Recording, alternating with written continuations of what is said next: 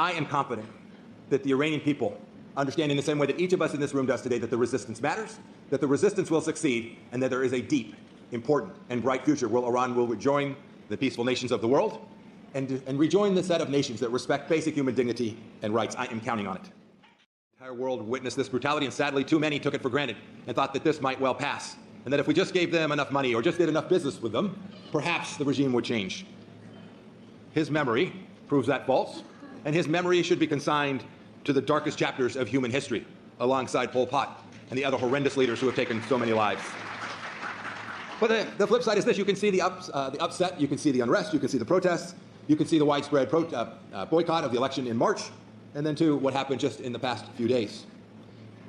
We know that this change that is required, we know that this change that is required won't come because we wish it to be so. It won't come because we think, gosh, if the next guy, the gal behind us, or the person that is after us does the hard work, then this will change. No, this will come from organized resistance from the people of Iran, and I am counting on them. And for those of you watching today, or who will see this later, I am counting on you. We know this much, too. We know that there will be great costs associated with this. You all, Madam Rajavi, you all have suffered greatly. You all continue to be persecuted and prosecuted, and frankly, Western nations aren't doing enough to support your efforts.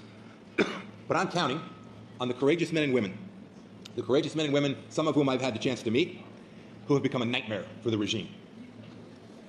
They will force change. They will obtain change. They are forced an offering of a brighter future for the people of Iran. The people of Iran deserve to determine their own future, and they need the support of everyone in this room and those in this room who have taken another path. It is never too late to join in the effort to help the people of Iran to overthrow this illegitimate regime.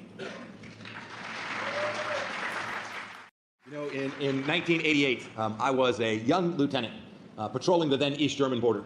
We were pushing back against the Soviet Union and that evil regime. And you know, I would get up in the morning and then we would head out to the border. We would patrol it.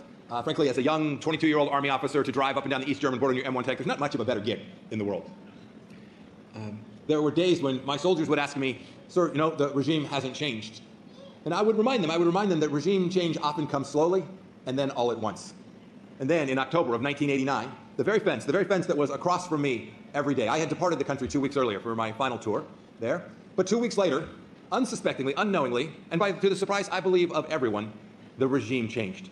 I'm convinced that you all, in your lifetime, will get to celebrate that very moment when the regime in Iran collapses. The result: a world more dangerous, a region more dangerous, and the lives of the Iranian people no longer feeling that they have support of the United States of America. But the good news is, all of these mistakes are correctable. We know the set of policies that will help and enable the Iranian people. It is sufficient. It is simply not sufficient, rather, to put sanctions